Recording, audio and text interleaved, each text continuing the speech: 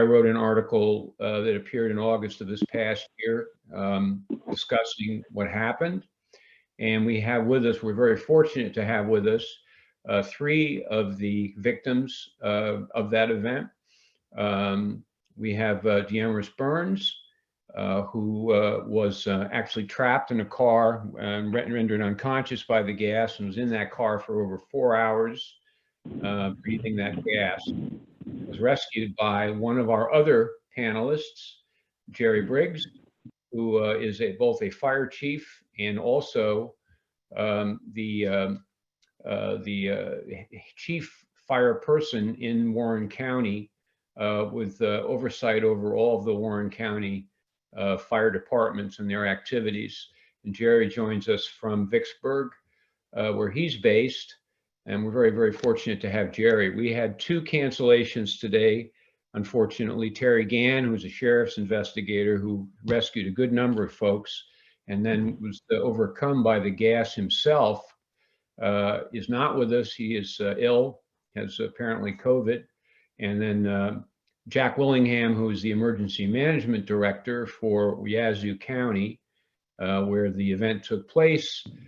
His wife was involved in a car accident. We just heard from him this afternoon. So we have couple of cancellations, but Jerry is very qualified to talk about this, and we'll be hearing from him in just a few minutes.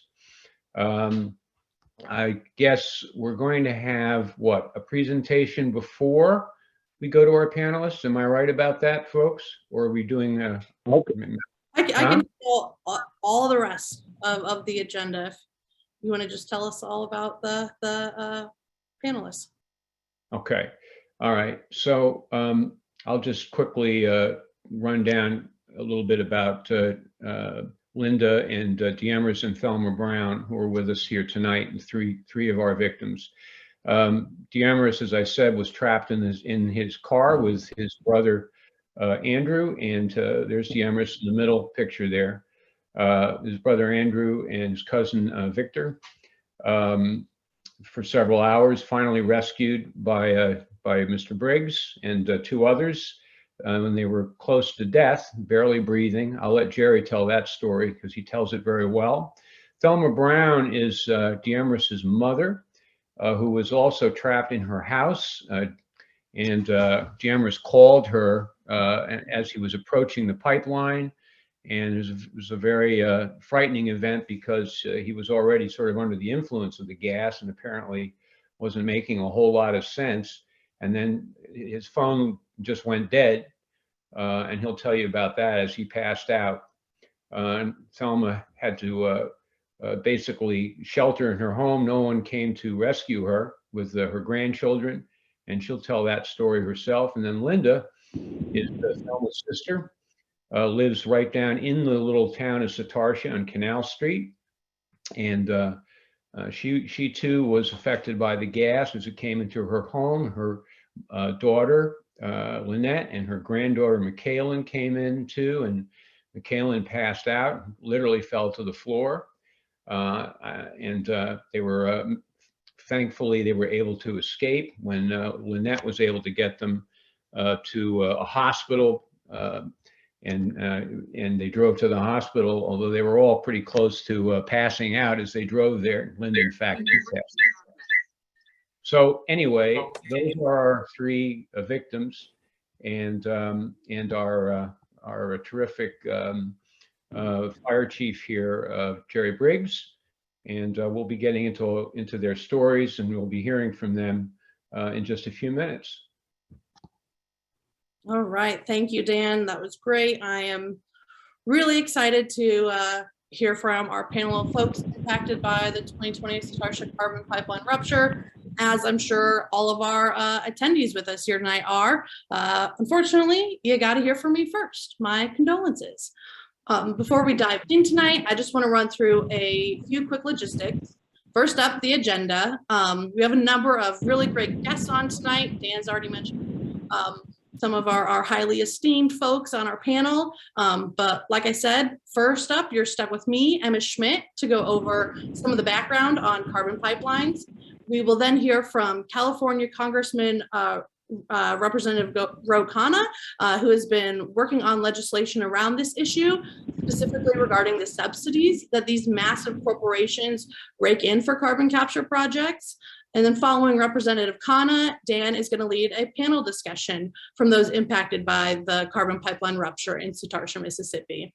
After we hear from the panel, we are going to wrap things up with Jess Mazur from the Iowa Sierra Club, sharing how we can all get involved in stopping the investment in or development of any new carbon pipelines. Just so you know, you can submit any questions you have at any time using the Q&A button at the bottom of your Zoom screen, and we'll try and reply throughout tonight. But if we aren't able to get to all of those questions, we will be sure to follow up later. And we are also planning on sharing a recording of tonight's webinar with folks tomorrow. So with that, let's get going. Like I said, I'm Emma Schmidt, and I'm here to just share a little bit of background on carbon pipelines. I'm a senior organizer for Food and Water Watch based in Northwest Iowa. Food and Water Watch is a national organization with staff on the ground across the country. We work on a number of issues: fracking, food safety, water privatization, you name it. And our mission is to mobilize regular people to build political power to move bold and uncompromised solutions to the most pressing food, water, and climate problems of our time. Since our founding in 2005, we have fought against greedy corporations and reckless government agencies, and we've won time after time. We fight and we win in the courts, in the halls of Congress, and on the ground in every state. And right now, we are putting up a major fight against the development of carbon capture and storage projects. We've been working on this issue for years, but we're in the beginning stages of what I believe is going to be a major battle. The Midwest is essentially ground zero for carbon capture right now, with at least 3 CO2 pipelines proposed. But these projects are being explored across the country. Before I go any further, however, I do want to explain exactly what we're talking about here, because as you'll learn tonight, these aren't your typical oil or gas pipelines. Carbon pipelines are far more dangerous and just completely unnecessary. So these pipelines are part of a bigger scheme called carbon capture and storage, or CCS. You may also hear it called CCUS, carbon capture utilization and storage, or simply carbon sequestration. It is essentially all the same racket, but for the sake of brevity, we're going to refer to it as CCS. Now, CCS is made up of 3 steps. First, the carbon dioxide is separated from the other gases at the smokestack of a polluting entity. Power plants are one of the most commonly discussed sources, but the industry is finally learning that it's not very profitable to utilize this technology on power plants. So more and more, we are hearing of ethanol and fertilizer facilities being proposed as the capture sites. And this is certainly the case in the Midwest, where 3 proposed projects, Summit, Navigator, and Wolf, are intending to capture millions of tons of carbon each year from the multitude of ethanol and fertilizer plants that we have here. But what happens after the carbon has been captured from these facilities? Well, in the second step of the CCS process, the carbon dioxide is compressed and it's shipped off for storage. Since it can only be stored in certain geological formations, it has to be transported long distances through a series of pipelines. And as we'll hear tonight, this method of transportation can be incredibly dangerous, risking the lives of every person who lives near the pipeline route. Then in the final step, the CO2 is injected underground, typically into salt caverns or old oil and gas fields. So right now, we're being told that the carbon will simply be stored underground so it stays out of the atmosphere and mitigates the climate crisis, which I personally find rather comical. These corporations have known that they were largely responsible for the climate crisis for decades now, and they have never given a damn. And I find it hard to believe that anything has changed. So this isn't about being climate friendly, about being a green industry. The only green thing about any of these projects is the money they're going to rake in from them. In fact, one of the most common uses for carbon at this time is to inject it in the ground to drive oil to the surface, a process known as enhanced oil recovery. Based on what we currently know, it's incredibly likely that most of the projects proposed for the Midwest, namely the Summit and Navigator projects, will be using the carbon for enhanced oil recovery. And of course, by doing so, they're continuing to prop up the failing oil and gas industries. We know that the transition to clean energy sources has left the oil industry on its last leg, and CCS is offering a crutch to allow them to continue on polluting and harming our communities. Enhanced oil recovery also allows for the rapid leakage of carbon, and there are also very real health concerns like liver and kidney damage from the release and leakage of substances added to the carbon during that process. But let's say they really do pump it in the ground and they leave it there. The results really aren't much better. Long-term underground carbon storage is unproven and laden with risks. The carbon is meant to be sequestered underground in a reservoir of porous rock that's overlaid with an impermeable layer of rock to seal off the reservoir and ideally keep the carbon from escaping. And that sounds all right on paper, but it's rarely how it works. The slow leakage of sequestered carbon is almost a given. As much as 10% of stored carbon might leak out within 30 years due to carbon's ability to seep through fractures and undetected faults in the ground. And it can also slowly escape along well linings. And it's been shown to corrode the materials that are commonly used in the transportation and injection process. And of course, this whole scam comes full circle because much like we've seen with the fracking industry, injecting carbon into the ground greatly increases the risk for earthquakes. So it is not at all a matter of if a carbon disaster could occur, it is completely a matter of when. From well failure during injection, a blowout, or say structural damage from an earthquake, it could release large amounts of CO2, contaminating our groundwater and our soil. But as we're going to hear tonight, there are even more frightening impacts on people. As you likely know, carbon dioxide is an odorless, colorless, invisible gas. If the pipeline were to rupture, the carbon would create an indistinguishable bubble that asphyxiates everything in its reach. And that alone is terrifying, right? But to just add a real cherry on top, a 2020 study of CCS pipelines claimed that the specifications and standards for carbon dioxide pipelines are still minimal, and the techno-economic framework and integrity management systems are immature. So that's not exactly a ringing endorsement of a technology that could quite literally kill you with the slightest malfunction. So why are these companies willing to go through with these projects, even with all of these risks that we've laid out? I'll give you about 2 seconds to think about it. If you guess money, ding, ding, ding, ding, ding, you are a winner. We originally saw this technology crop up in the 1970s, but it only really began gaining steam under the second George W. Bush administration. And each of his successors, Obama, Trump, and Biden, have all pushed to fund CCS, funneling billions of dollars into demo projects and research.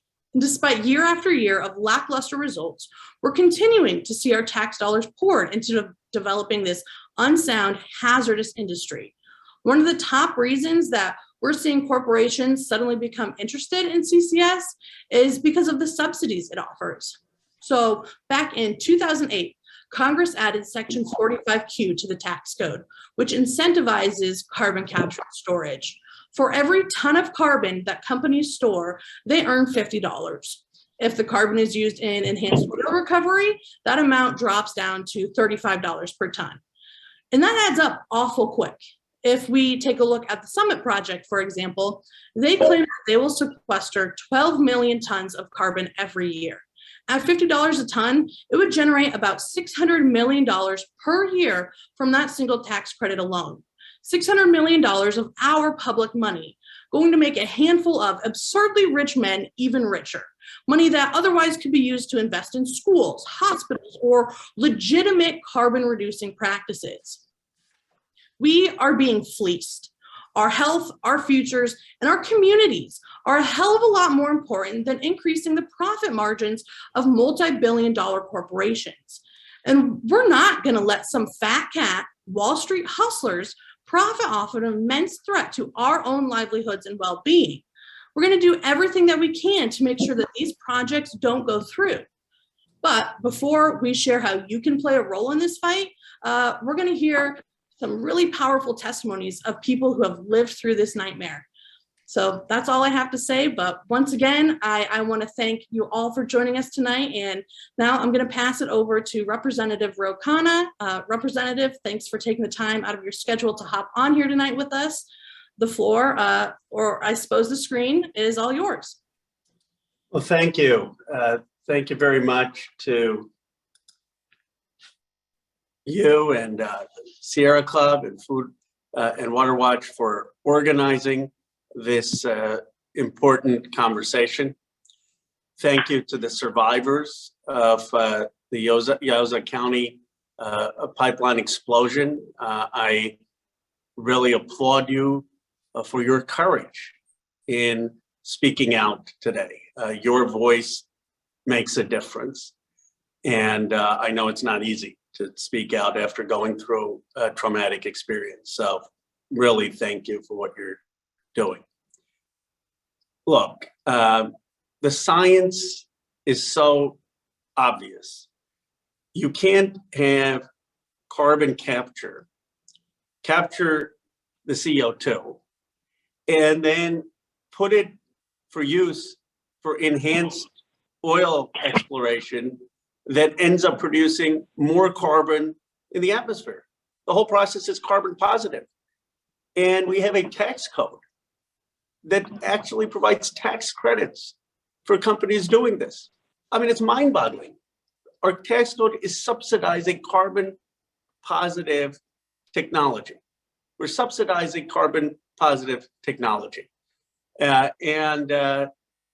My bill that I'm working on would get rid of that tax credit as a start, to say you can't have the capture of carbon and use it for things that are going to put more carbon in the atmosphere that's actually going to make us worse off from a climate perspective, and then have the federal government subsidize it. We have 10 co-sponsors so far. Of course, Senator Wyden has been very good on this, but this should be a no-brainer. I mean, I don't understand why this is controversial. Every single Democrat, every single person who cares about the climate should say that you shouldn't be subsidizing a process that's putting more carbon in. And then I appreciate the advocacy against these pipelines, because people, when they talk about carbon capture, they don't talk about the technology infrastructure, the pipeline infrastructure that's needed to transport the CO2 and the danger that that poses for communities, the danger that that poses for people who are going to hear from, and also the fact that that's in itself constructing that is adding carbon. And then we still don't have technology fully in an economic way to put this carbon that we're capturing into the ground and keep it from escaping the ground. That's not me. Those are just the scientific facts. In the entire country, I think there are 12 commercial examples of CCS, and most of that is being used to enhance oil. So we need to get the facts out. I think they keep tossing out the CCS, but people don't know how limited its use is when it comes to capturing the carbon from fossil fuel burning activities. They don't know the dangers associated with the transport of that carbon. They don't know that the process is actually being used to spew more carbon out in the atmosphere, and that this is not the direction that is necessary to solve climate change. What's necessary, we know what's necessary. It's to invest in renewables. It's to end the fossil fuel subsidies for the fossil fuel burning industry. It's to make sure that we're actually engaged in energy efficiency. We know what's needed, but why have we not done anything? And I don't want to speak too long, but I want to make this point. We haven't done anything because the oil companies have lied to us for decades. For the first time in my committee, we called Exxon CEO, Chevron CEO, Shell, and BP in front of our committee. I said, we're going to subpoena them if they don't come. You know, the House staff was a little concerned. Why are you threatening subpoenas? I said, because we have to get them to testify. And they testified for hours.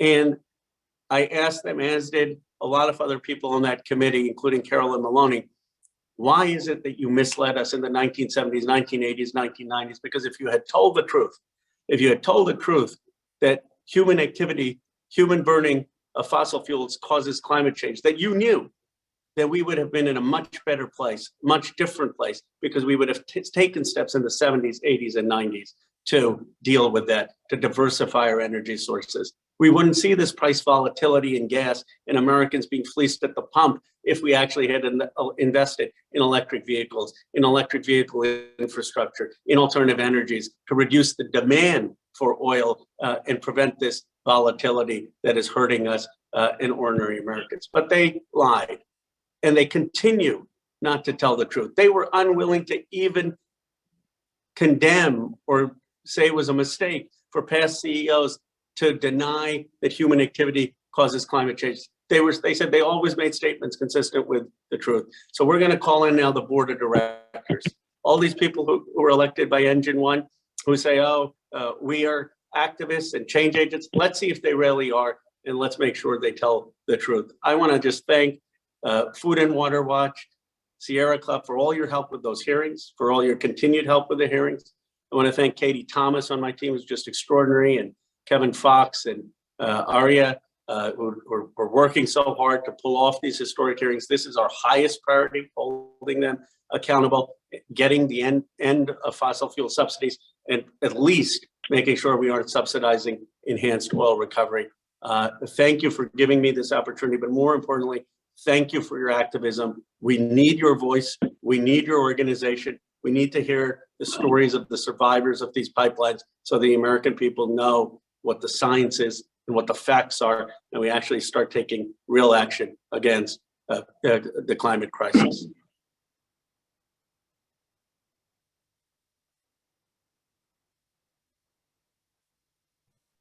Thank you, Representative Khanna. We really appreciate your time and everything you had to say. I'm going to now pass it over to Dan to kick it off our panel. Okay. Let's see. Hold on. I'm just seeing if I can get my face back up there.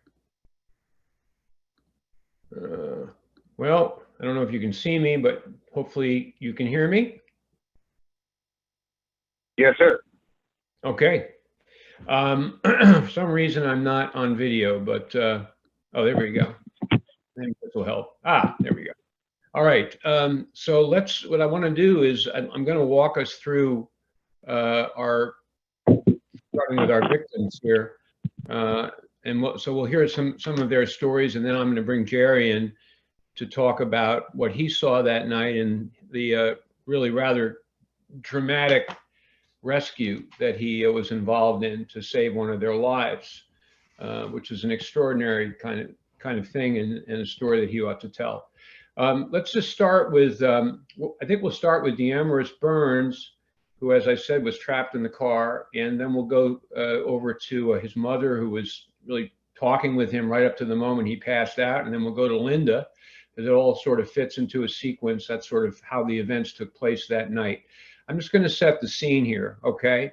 So this is a roughly 7:05 to 7:15 time frame when this pipeline explodes.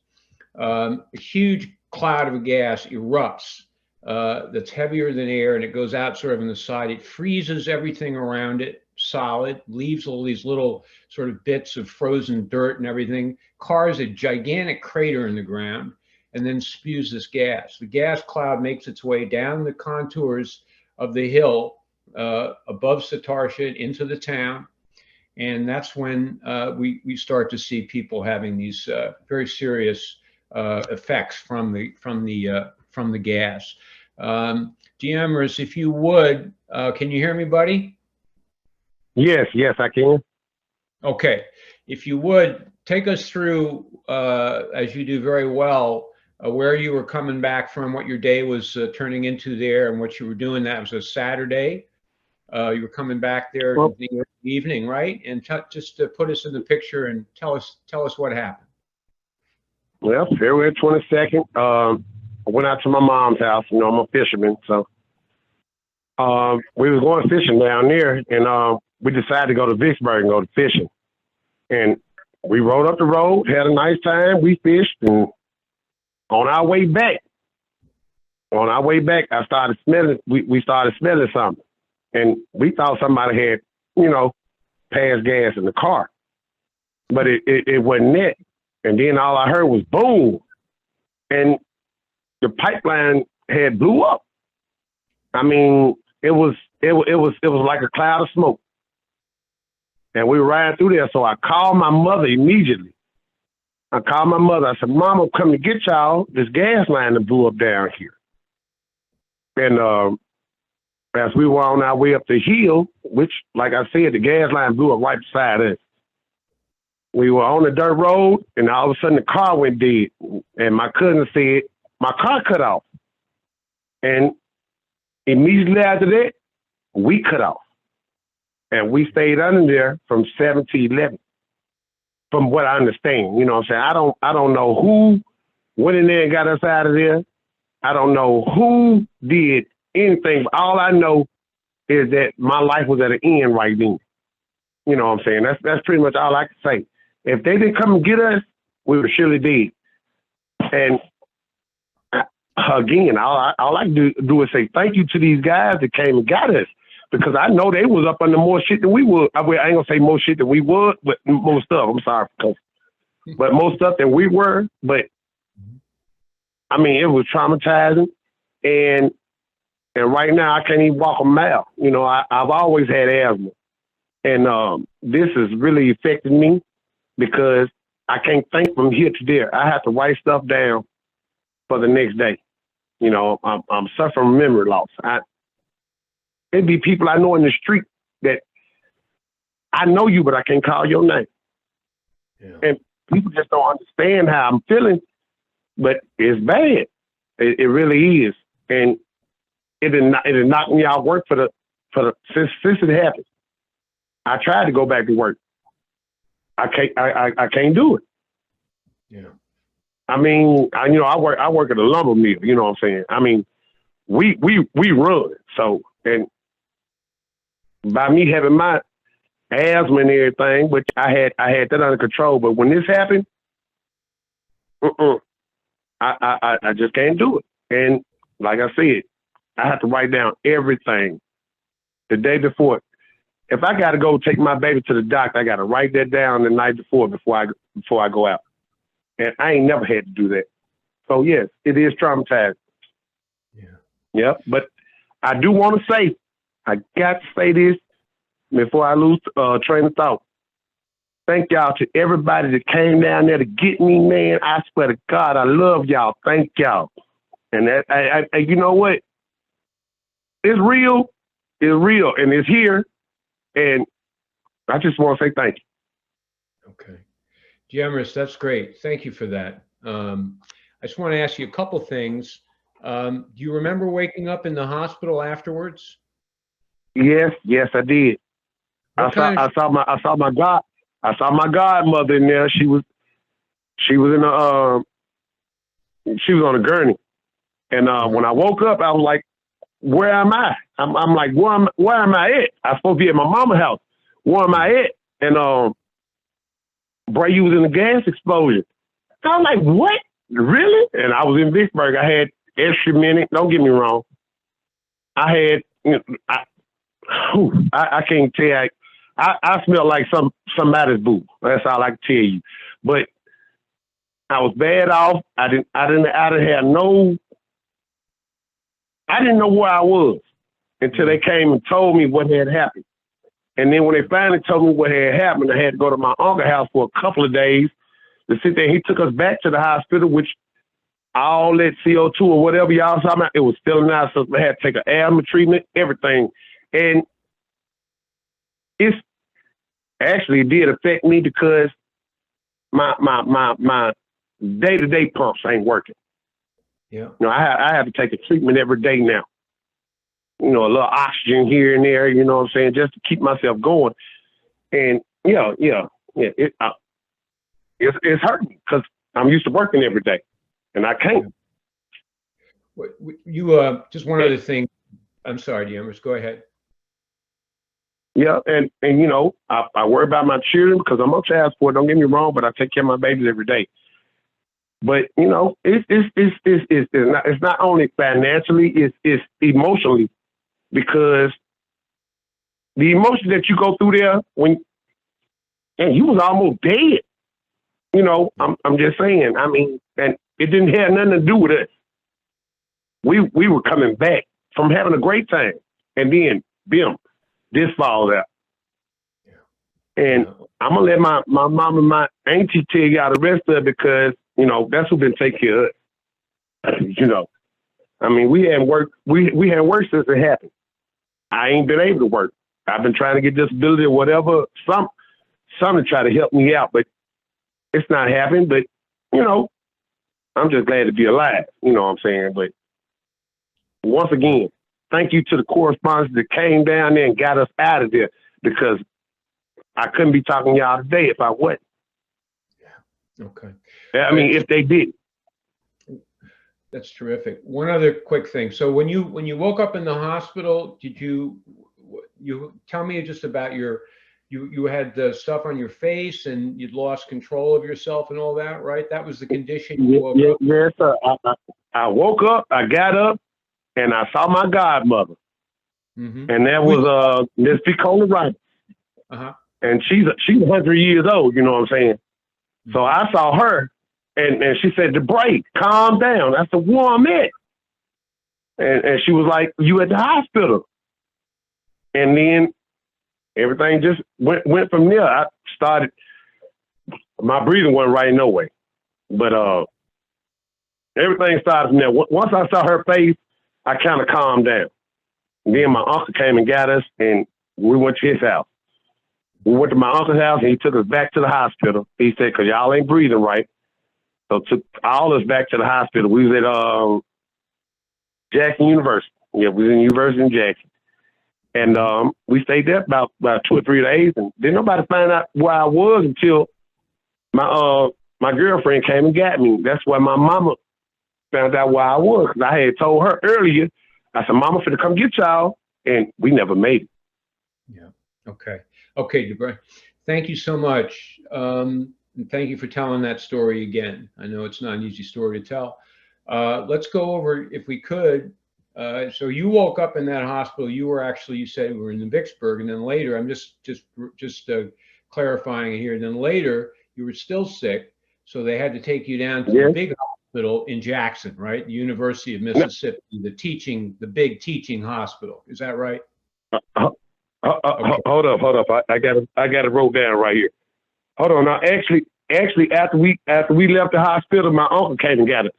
That's right. I remember now. Okay. And then you did some other testing. Victor's dad came and got us. Yeah, I remember. He ended up taking us back to another hospital because the hospital that we was, there was so many people in there, they just let us go. They supposed to have kept us for 72 hours from what I'm understood, which I do got it wrote down. That hospital was crowded because of the accident that had happened. Right. Yes, sir. So he ended up getting us from that hospital and then taking us to the university, which I had to have 3 breathing treatments. And I had to have 3 breathing treatments before I even left. And then so when you go home, you come back, you know. And I mean, that's just how it went, man. I don't know what happened down there. I knew it blew up, but after that, from what I've gathered from what went around with everybody, I'm just glad everybody's safe, you know what I'm saying? But I ain't saying I was fearing for my life because I didn't know what happened at the time. But now that I do know, I was almost gone. Yeah, and you've had these memory problems since, right? You've had continuing memory problems.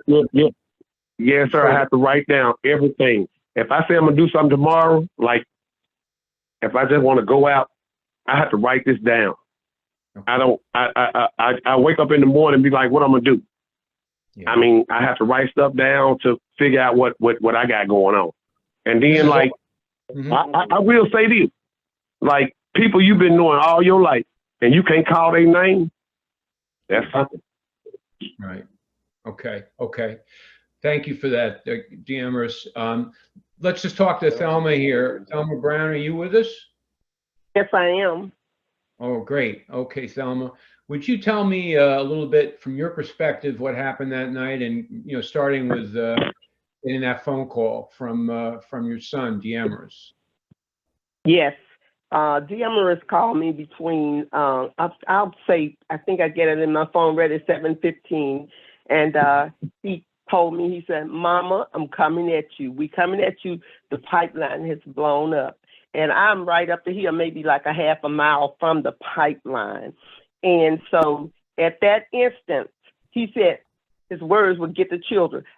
The children were still outside, so I ran and got the children. And I knew where he was. He was maybe like 5 minutes away from me. So I ran out, got the children, brought them in the house, and I came in my bedroom. And I always remembered from things I've seen on TV to get a wet towel if you think you got a crack at the door and put it at the bottom of the door so can't nothing leak in. So I got all the kids. We got in my room, and I waited, and my sister Linda called me. She kept calling. She said, you got to get out of there. The news spread fast that the pipeline had bust, and we were just there. We could not get out. We couldn't do anything. So I'm still waiting on Demoris and them to come and get me. And so I came in the house. My little grandson has asthma. So I immediately started giving him asthma treatment. I gave him a pump, and I even gave the two babies some because I didn't know what this gas was doing, and I wanted to keep their lungs open up. I immediately said, I kept telling people, I can't come out, I can't do this, I can't do that. I said, I'm stuck. People were running up and down the road trying to get in and out. My daughter was calling, and different people was trying to do, but they wouldn't let nobody in, wouldn't let nobody out. So all of a sudden I decided, well, Lord, I'm religious. Yes, I am. I'm a Christian. And I said, Lord, what I'm going to do is I'm going to take these children and I'm going to get in this bed and I'm going to expect you to protect us as we do this. And I did not hear from my children. I was worried. Are you there? Yes. Yes, sir. Okay. I was okay. worried, and you still got me? Yep, we got you. Okay. And after that, I told the Lord, I said, what I'm going to do is we're going to go to bed and we're going to ask you to protect us. So later on, somebody called me and told me that they had found Demoris, Andrew, and Tyrone, and they were on their way to Vicksburg by ambulance. So that was the way that went. And I'll let Linda take it from there or whoever else. It was a horrifying experience, and I hope nobody ever have to go through this again. And it is God awful to think that I live right up the road, maybe a half a mile from a pipeline that they got has carbon monoxide poisoning right on the sign in the road. I walk through it every day because I walk a lot out here, and it's scary. And so if you all can do anything to prevent these things from happening in your area, do so. Congressman, representatives, whoever you can get to help you all, get it out. Let it be known that this is a bad thing, not only for our planet, but for the people on it. Yes, ma'am. Yes, ma'am. Thank you, Thelma. Just very quickly, when you saw your son again, did you see what kind of shape was he in, and how did he compare to, the person he was before the accident happened? Just give us a little flavor of that, if you would. Yes, I will. His mind is not good, like he said, and my sons were helping me to raise their brother's son. I have a 10-year-old that we've been raising together. So it went from a point where they could not help me, where we had to sit. I get a once a month income. So with me, got to take care of them, help with them, and my grandson has put us in a great strain. So I have watched them go from I would say for men to boys, because when you can't get out, those boys are used to working and doing things and making it happen, and you can't do it anymore. It's sad to see them in this shape. It really is, and it's a tearjerker. Yes, ma'am. Okay, great. Thank you, Thelma. Thanks a lot. Okay, Linda, are you there? Linda Garrett? I am. Terrific. I'm How are here. you? Okay, how are you doing tonight, hon? Okay, I'm fine. Good. Would you tell us what happened that night, and just take it from when you started seeing something was wrong, and just go ahead from there?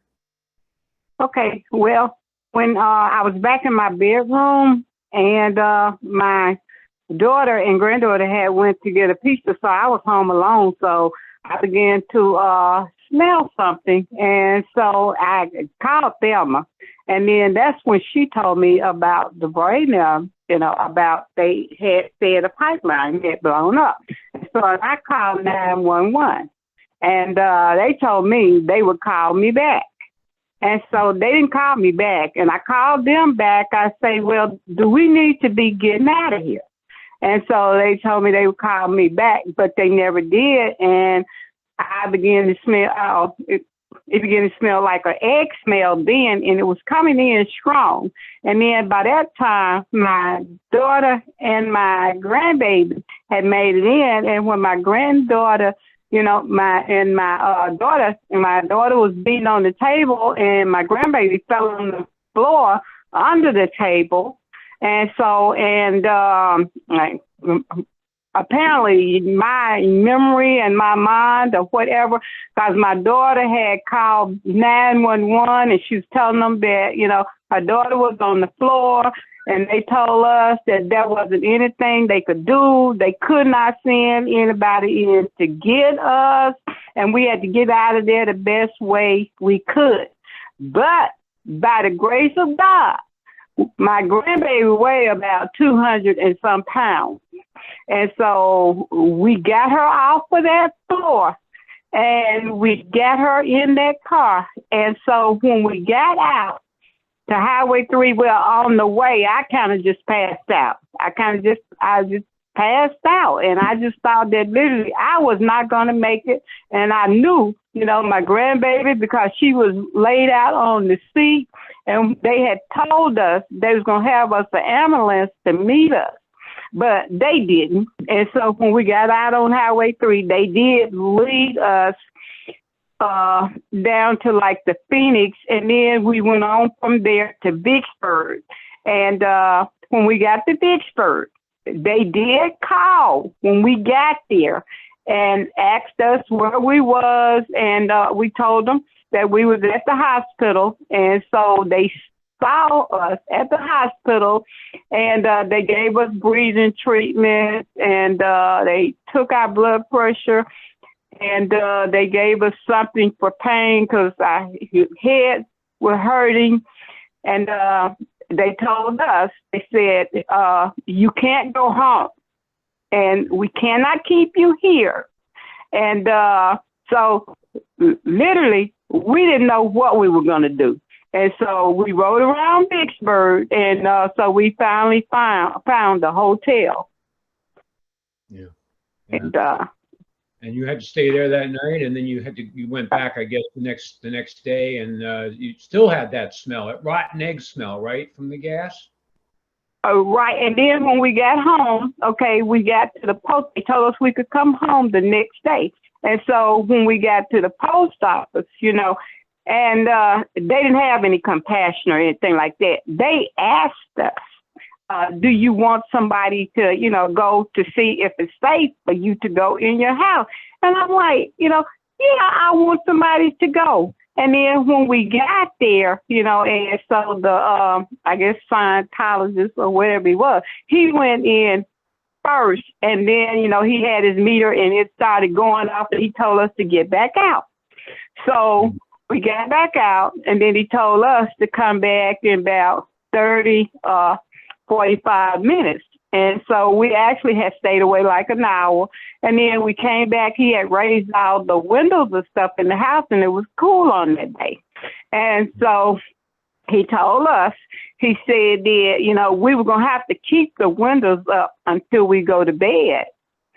Yeah.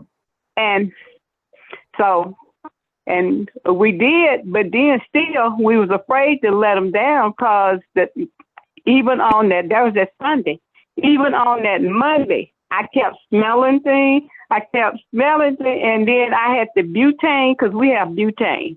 And so I called the butane company. I had them to come and check all, you know, make sure I didn't have any leaks. And so they told me, said, ma'am, it's nothing. It's nothing. You have no leaks. But it was just frightening. And the most frightening part about it was having somebody to tell you, you know, when you call 911, you expect some help. But when 911 tell you they can't help you, they can't send nobody in, you know, to me, that's a death sentence.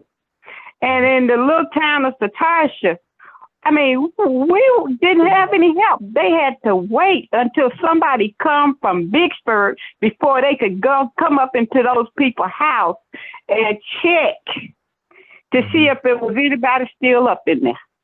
Mm-hmm. Okay. They didn't have any equipment. Yeah, they apparently, because of the carbon dioxide, as I understand it, they couldn't bring their vehicles through town because the carbon dioxide would have killed the engine. So they had to do this whole other thing.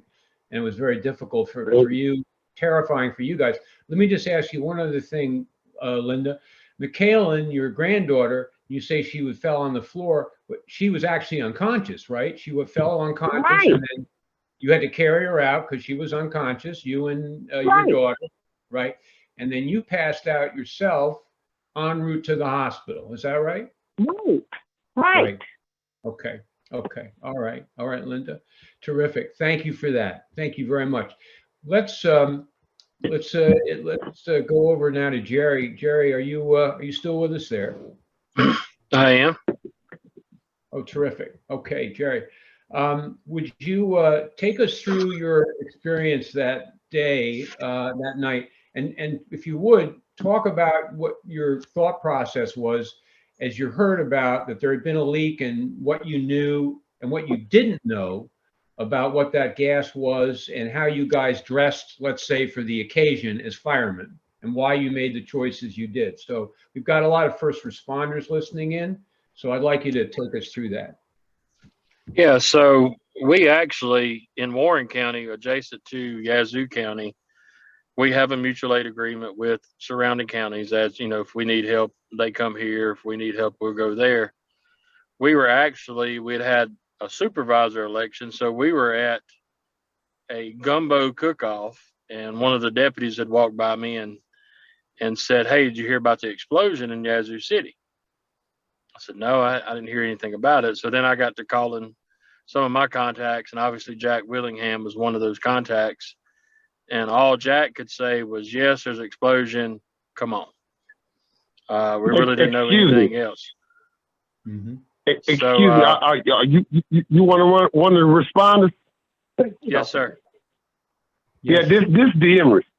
Hey, look, man, thank you. I swear to God, thank you.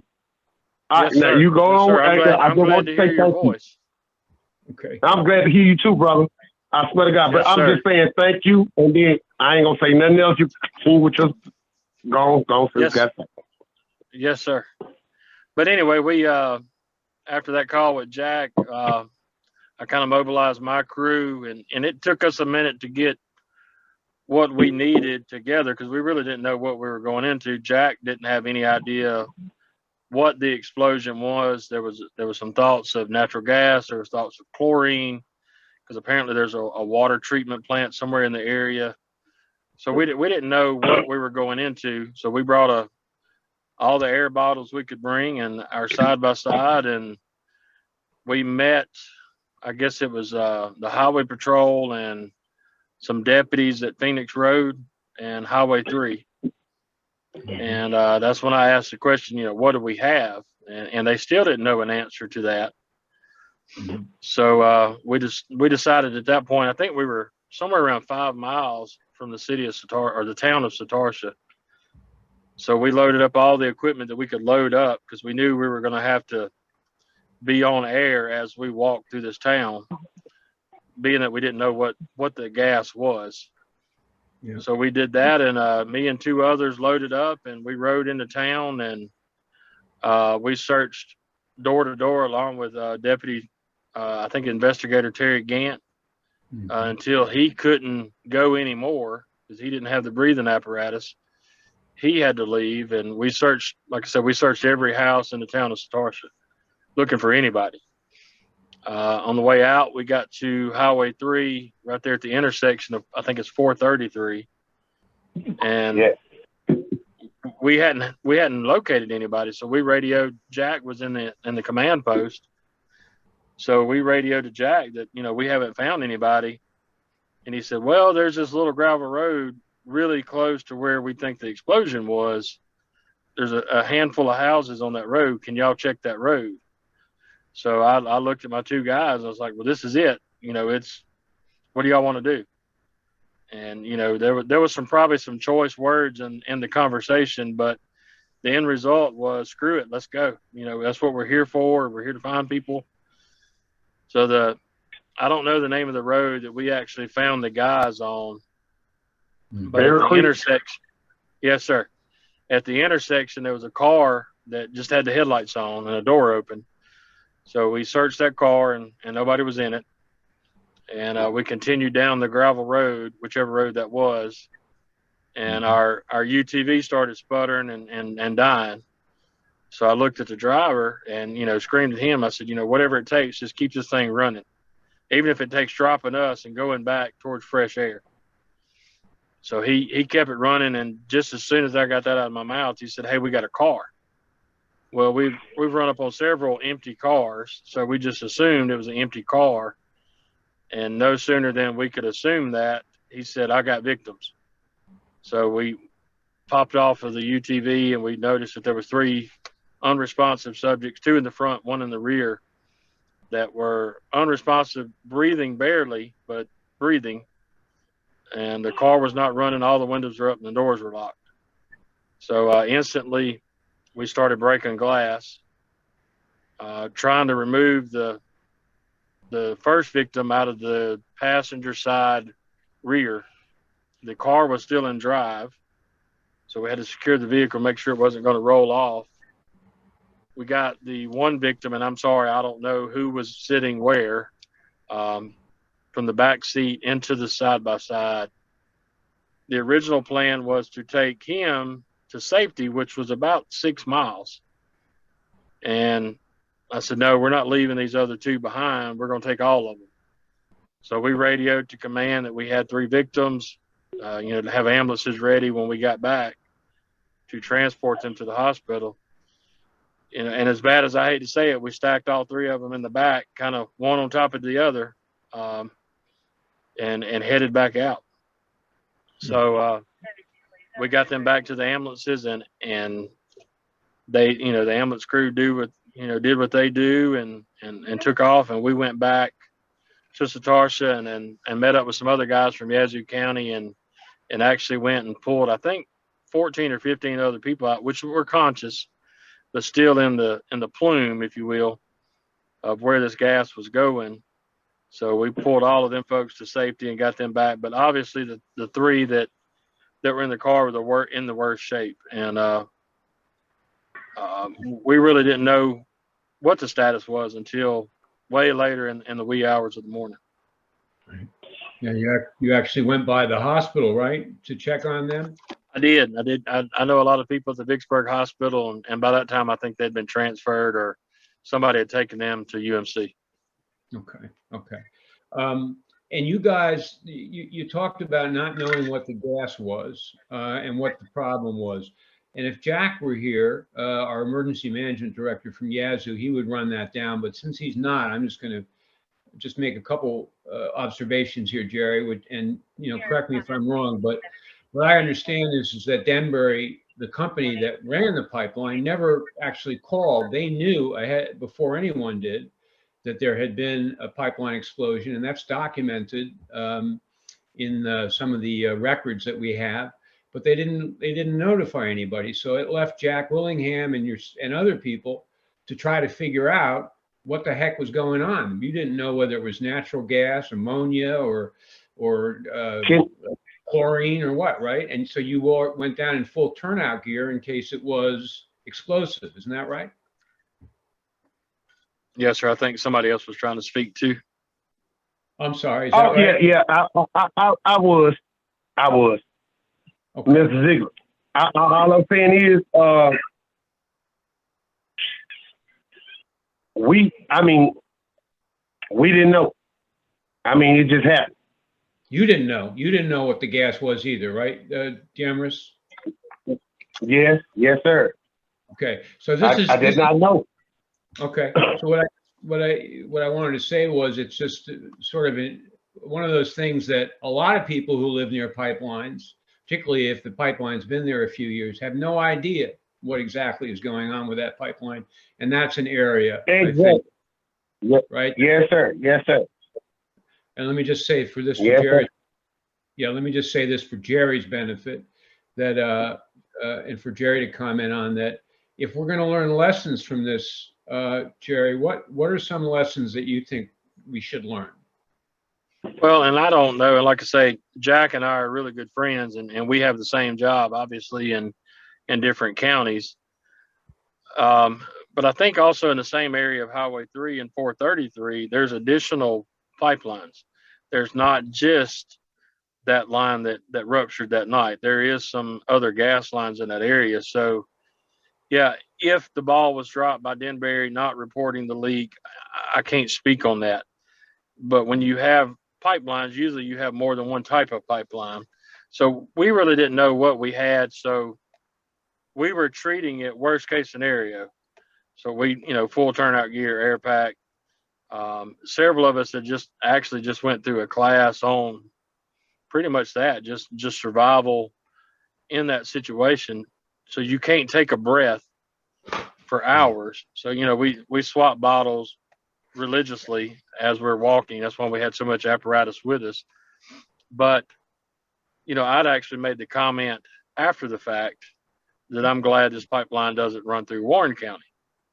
Yeah. Little did I know the same pipeline runs through Warren County. We've never been contacted by anybody. Mm-hmm. So if there's a lesson to be learned out of this, and it's just not a Denbury thing, it's a gas line or whatever thing, right. They need to get with these local response agencies on how to respond to their pipelines and what those actions should be if it ruptures. So that's the lesson that I see out of this. Right. So there hadn't been, in other words, you guys had some special training there in Mississippi at the fire academy there. They have a very big, very advanced one. So that helped you with your response here. But for most first responders, they're not going to really have had specific training in what a carbon dioxide rupture looks like and what the scenario is. Correct? I mean, that's not part of a training. Absolutely not. We will have a basic firefighter will have basic hazmat training, and it does not get into individual gases and how to respond and how to act in those gases. Okay. We're going to have to wrap it up here because I have to hand it back to Jess, but I just want to make it clear that the exchange you all heard before between Demoris Burns, our victim, and Jerry was about the fact that Jerry was one of the people who rescued him. And I guess Demoris didn't realize Jerry would be on this panel. Oh, no, Demoris is here. Yeah. So that's just to explain that these two folks hadn't actually met. So that's kind of a nice thing that came out of this. Now, we got go ahead, Demoris. I would just love to see him. You know what I'm saying? I do a little bit of barbecue, you know what I'm saying? I can't try that. But I just want to say thank you. Okay, my friend. Absolutely. Like I said, when things calm down, let's get lunch. Let's actually meet. I'm all about meeting you. And if it weren't for y'all, I wouldn't be here. And that's the truth. Y'all came down there. Y'all came down there when it didn't have to happen, but y'all did. Y'all came down there and saved our lives. I swear to God, I love you. And look, and I can't wait to see you face to face. And that all starts well before this incident with Jack Willingham reaching out and creating these mutual aid agreements. So he understands where his staffing shortages are, and we understand where ours are, and we work together. So I'm just glad it was a good outcome. And, you know, and Dan, to kind of recap on that, yes, this is a pipeline incident. I understand that. And I understand the focus is with pipeline, but just a few weeks ago, we had a train car derailment here with some of the same type stuff on it. And Interstate 20 runs through with some of the same type stuff on it. So these are not just isolated to pipelines, and people that live in the areas of rail tracks or interstates or anywhere where you have commercial traffic. And I think that's where Denbury or whatever needs to reach out to these residents and make them understand what's going through here and what some of the potential hazards are. Okay. Right. We're going to have, we're going to have to end. Absolutely. Amen. We're going to have to end there so that I can turn it back to Jess, but I just want to say, I hope you guys have lunch and I'll buy the lunch. So let's do that sometime.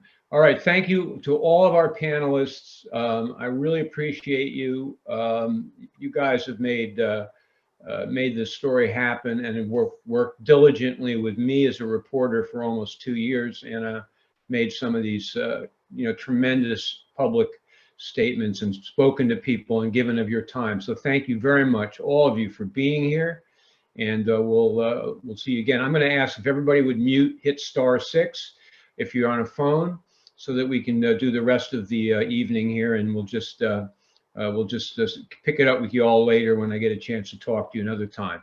So thank you. Thank you very much to all of our panelists. Thank you for sharing your stories. We promise you that we will take your stories and we'll make sure that helps protect lives here in Iowa and beyond. So we thank you a lot for that.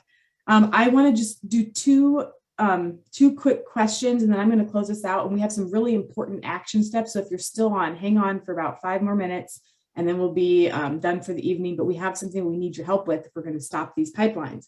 But before that, I want to, one question that we saw repeated over and over and over again, Dan, that you may be able to help us with is, what's the financial and legal recourse for this?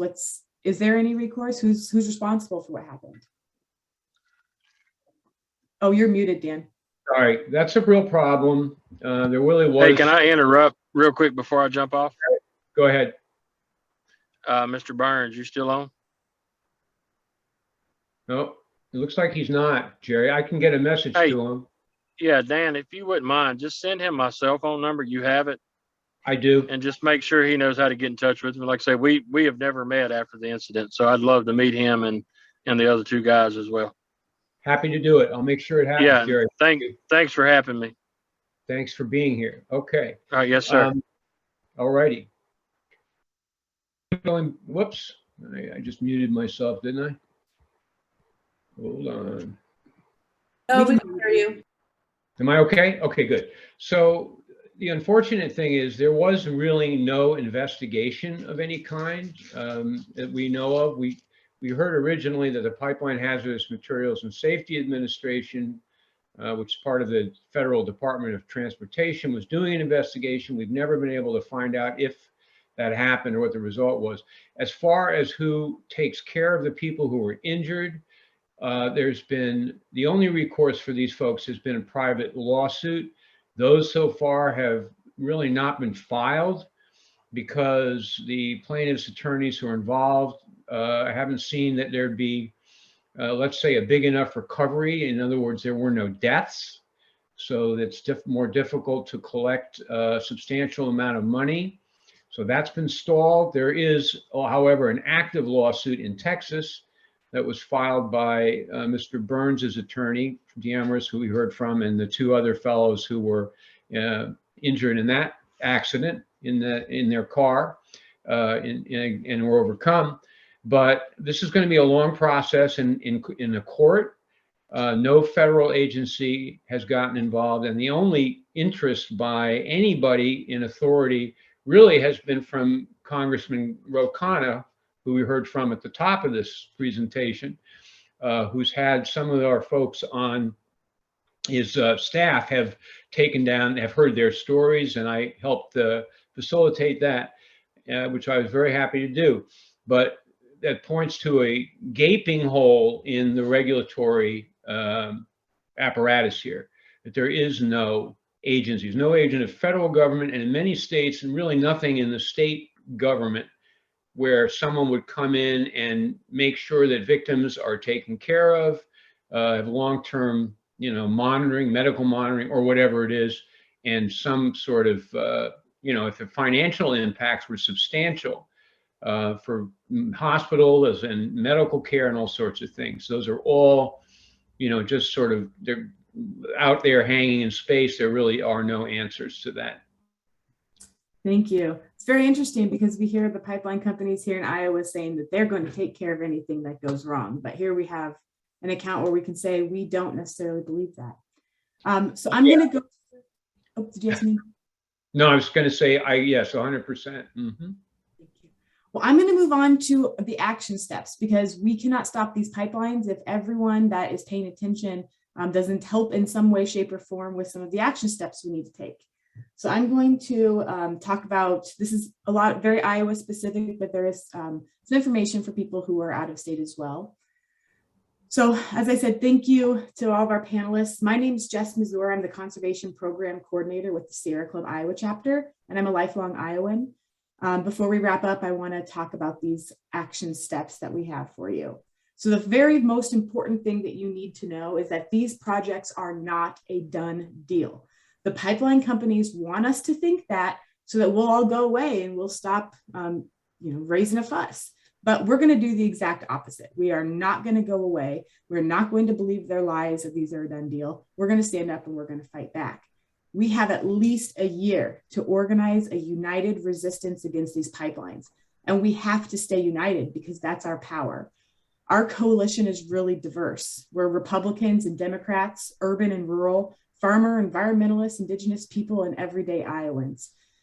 When people from so many different walks of life can come together, and we know this is not a partisan issue. This is not a Democrat or Republican issue. This is a right or a wrong issue. This is a moral issue. And what's happening in Iowa right now is just plain wrong. In order to win, we're going to have to step outside of our comfort zones. We're going to have to write letters to the editor, speak out at meetings, talk to our neighbors, and we have to put a whole lot of pressure on our elected officials and our appointed leaders to make sure that they're going to protect us. There are more of us than them. And if we stand together and fight back, we will stop these pipelines. Since the projects were announced late last fall, Iowans have done a fantastic job lobbying their county supervisors to formally object to the pipelines with the Iowa Utilities Board. At least 18 counties on the pipeline routes have formally objected so far. So we have to keep pushing our supervisors to pass objections. So let's get all of the counties on the pipeline routes to formally object. But it doesn't stop there. Earlier this month, the 2022 legislative session began. This is our chance to strengthen Iowa's eminent domain law to help ensure that these projects will not be approved. And it's not going to be easy. A few weeks ago, we started to hear rumbles that Iowa's legislators were going to address our weak eminent domain law. But it's pretty clear that the pipeline companies have been lobbying them hard to buy their votes, to buy our state legislators' votes, and they're starting to back down.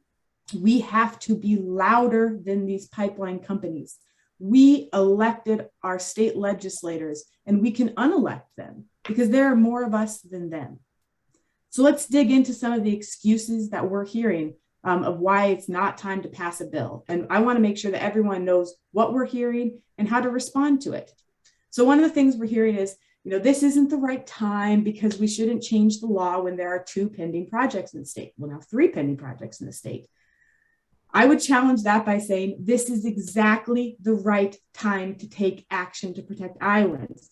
The threat is here now, and the time to act is now. This is what we elected them to do. If there is a threat, we need our legislators to take action now and not delay.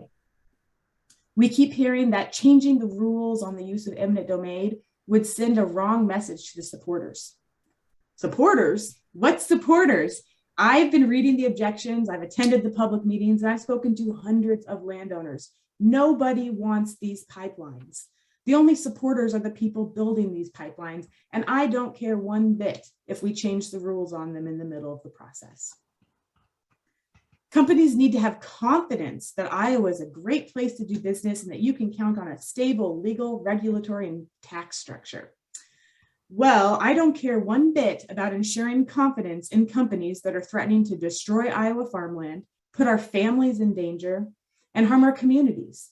Our legislators should be instilling confidence in us, the voters, and we want to know that they're willing to stand up to protect their constituents. We've also heard, well, this can be handled later. Why would we wait until it's too late? The time to act is now. The threat is here now. There is no reason to delay this vote. It needs to happen this session. We're also hearing, well, we shouldn't rush this.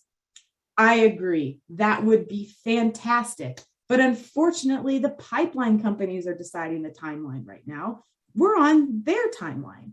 Legislators should tell these pipeline companies to slow down. We would love it if we didn't have to be in this situation. The next thing we're hearing too is these developers will continue to work cooperatively with landowners. The pipeline companies have yet to work cooperatively with landowners. Working cooperatively with landowners would be recognizing that Iowa doesn't want these pipelines and they should get out. But instead, these pipeline companies continue to harass, intimidate, and bully landowners into signing easements. But guess what? I have yet to talk to a single landowner who supports these projects. So we are winning in the terms of easements. There are more people not signing and very few people signing. So let's focus on the truth. When these legislators try to tell us these excuses, we need to make it clear that we know what the truth is. The truth is that we elect people to protect us in our communities. We elect people to tackle tough issues facing everyday Iowans. We elect people who put people over profits. It is our state legislators' job to make sure that Iowa law protects Iowans. And now is the exact right time to take action to stop eminent domain abuse for these private projects. There is no excuse to avoid taking action on this important issue, and we need elected officials with guts who are willing to stand up for their constituents. This is not the time to get cold feet. This is the time to stand up and fight back, or we're going to elect somebody who will. So we have two very powerful people in the state legislature. Both the House and the Senate have a majority Republicans. So the two top people in each chambers are Republicans. It's House Majority Leader Pat Grassley and Senate President Jake Chapman. The reason we're targeting those two is because since they're the most powerful people in both chambers, they have control over which bills are priority. They can hold up a bill and make sure it doesn't pass, or they can ensure that it is passed. They can also influence other legislators. So basically, they're kind of sitting with the most power up at the Capitol. So we think we need to make sure that these two know that this is a priority for Iowans, and we want them to make it a priority for the entire legislature, for the Senate and the House. So House Majority Leader Pat Grassley is from New Hartford in Butler County. He's a farmer. Senate President Jake Chapman, Adel, Dallas County, is a businessman and an EMT. Both ironically are very pertinent to what we're talking about because we know that these pipelines destroy farmland, and we know that EMTs are majorly at risk if there is a rupture. But we need to remember that to the leaders, to any elected official, the most important thing that legislators care about is being reelected. And we need to make sure they know that this is so important to us that they're vulnerable if they do not come out against these pipelines and help us pass a bill. So we're going to, we have an action alert. We made it really easy for everybody. All you have to do is call that number, and we're going to put that in the chat as well. And it will automatically connect you to Representative Pat Grassley and to Senator Jake Chapman. And it will take you right to their phone number where you can leave a message, or if they answer, you can talk to them. We need to make sure they know that these pipelines are developed and owned by private companies. These pipelines do not have a public use. Eminent domain should not be allowed. And there is no excuse not to take action this legislative session. This is what we elected them to do.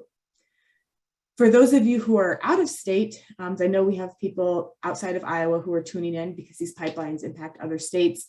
We're not 100% sure where your legislative session is at. So we did set something up for you anyways, but it just calls your US senator to where you can call and make sure that they know that you are against this. And then please get in contact with the organizations in your state that are fighting the pipeline, because they'll be able to give you some of the specific action steps. But we did want to include something for Iowans and for out-of-state folks. But please call that number. I called it and tested it out, and it sends you straight through. And then you'll hang up and you'll call back again to get to the other person.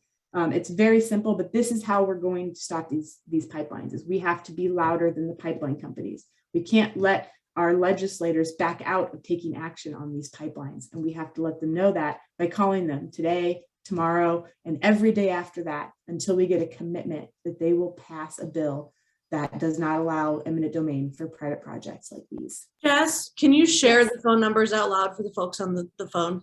Yes, so the phone number for if you're in Iowa, that phone number is 888-793-4597. If you are out of state, the number is 866-846-4075. And this is just the first of many action steps that we're going to have for everybody throughout the legislative session. But right now, the biggest thing is we have to make sure the two most powerful people at Iowa State House are on board and willing to pass a bill. And then if they're on board, then we can work on getting all of the other legislators and get that bill moving through the process and make sure it passes by the end of this session. So thank you all for joining us this evening. There are a lot of questions that were in the chat. We've been answering those live in writing there, and we'll have some other information in a follow-up piece for everybody. And we'll also have this webinar recorded to send out to everyone. So thank you so much for attending, and we hope you have a good day. And please make those calls. If you hear any good information, you can let us know by sending an email to jessica.mazur@sierraclub.org. And Emma, what's your email that they can email you if they get a good response? eschmidt, SCHMIT @fwwatch.org. I'll put it in the chat too. Thank you very much, everybody. And we hope that you have a wonderful evening. And thank you, Dan, for joining us. And thanks to all the panelists as well. Thank you. Thank you.